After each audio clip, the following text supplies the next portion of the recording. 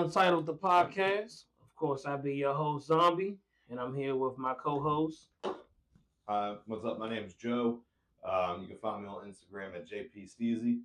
And we're also joined with Unknown, aka X the Troll. You can find me on Instagram at 2unknown with an X. And for those of you, of course, who don't know, Untitled The Podcast is a podcast we talk about nothing. We just here shooting the shit, trying to figure it out as the days go. We're going to keep it on going and flowing, okay? We got a few topics today that we're going to go over. Of course, some being, again, random topics, and some being some of the things going on right now. Speaking of right now, it's the holiday season, and I was kind of in a given mood. I was walking past the liquor store earlier, and I kind of thought of you. I wanted to, maybe we could enjoy these throughout the whole taping, but I got you a nice Colt 45, bro. When was the last time you had a 40? 04. Wow.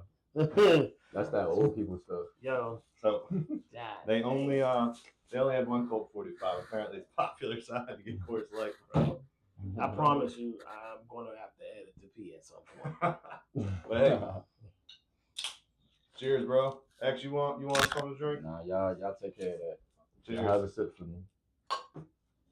40 ounce on my lap, and it's freezing my jump. That's all right. disgusting. Yeah, they don't hit like they did in college. So listen, a couple things have happened, of course, throughout the week. So a few things popped up on film, on some of the apps and whatnot. Noticing that we were talking about the Diddy documentary that just popped out. Diddy boy. Sean Combs, The Reckoning. 50 Cent great. is a genius. 50 Cent is a Like- genius.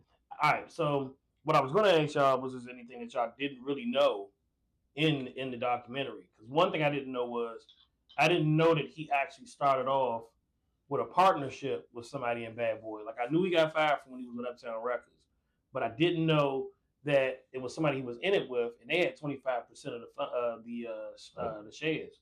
Yeah. And oh boy, like, he walked in there with the bat one day and was like, I'm gonna need your shares real fast. I gotta do something real quick.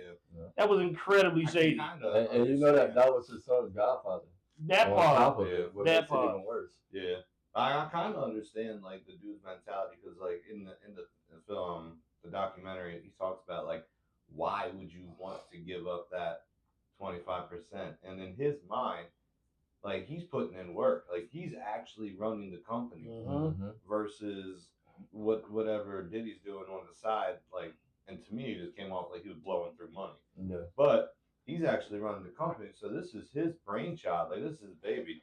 Yeah. And when somebody else has more share than you, and they come to you and they're like, "Hey, like we got an opportunity," because I mean that's kind of how you framed it. Like we got a business opportunity. Yeah, and he even said at one point that he said, I was the first person who probably was a part of this cult that people were jumping on when it came to Diddy.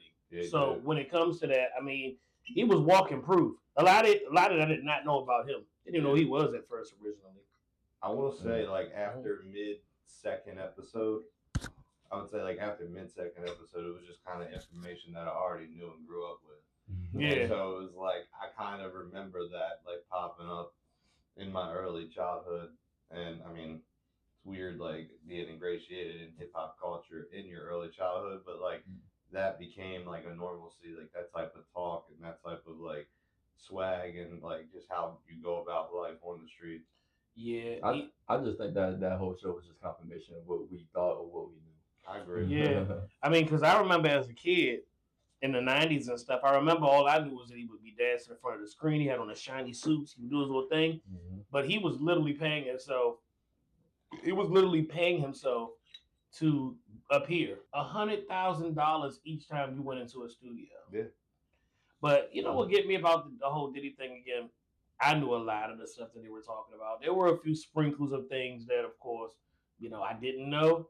But the trial that happened last year was what pissed me off. I just felt like the jury, like, they were so stupid. Even the one chick who actually knew some of the music, she knew hip hop. She did no coercion to the jury in it because she fell for it too. I mean, but that's like a flaw in our justice system, though, if you think about it, because the defendant gets to pick the jury, right?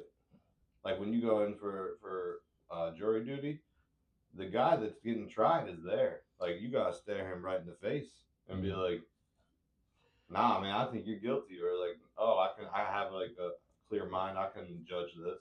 Well, it's very flawed because at the end of the day, I feel like when it comes to celebrities, Oh yeah, everybody just wants to be on it. Well, they get home field advantage too. Yeah.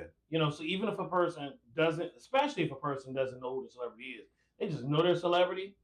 You feel like the lifestyle that person lives is nothing like the lifestyle you live. So of course he's not guilty. You mean like the lifestyle X lives?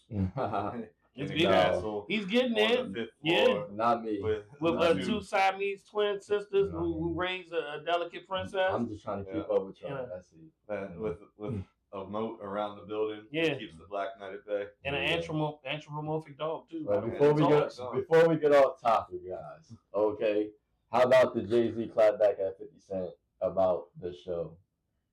He really can't talk because at the end of the day, you know, that's something about Hollywood that pisses me off too. So many people want to defend folks that they know are guilty as hell. It's probably because they got some.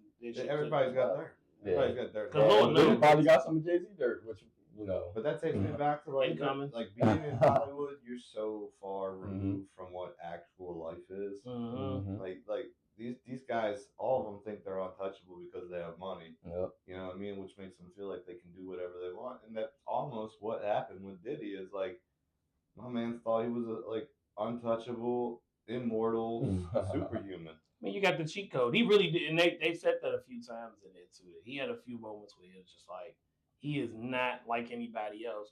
Even when it came to hugging people, which I thought was cool at first, but then right after he finished hugging somebody, he get in the car and be like, "Hey, I need some peroxide and some hand sanitizer." You know, that's like common too. Yeah. I mean, a lot of people are germaphobe, bro. Yeah, but it kind of contradicts itself. And at the end of the day, this man used to like to rub men's jizz on them. I mean,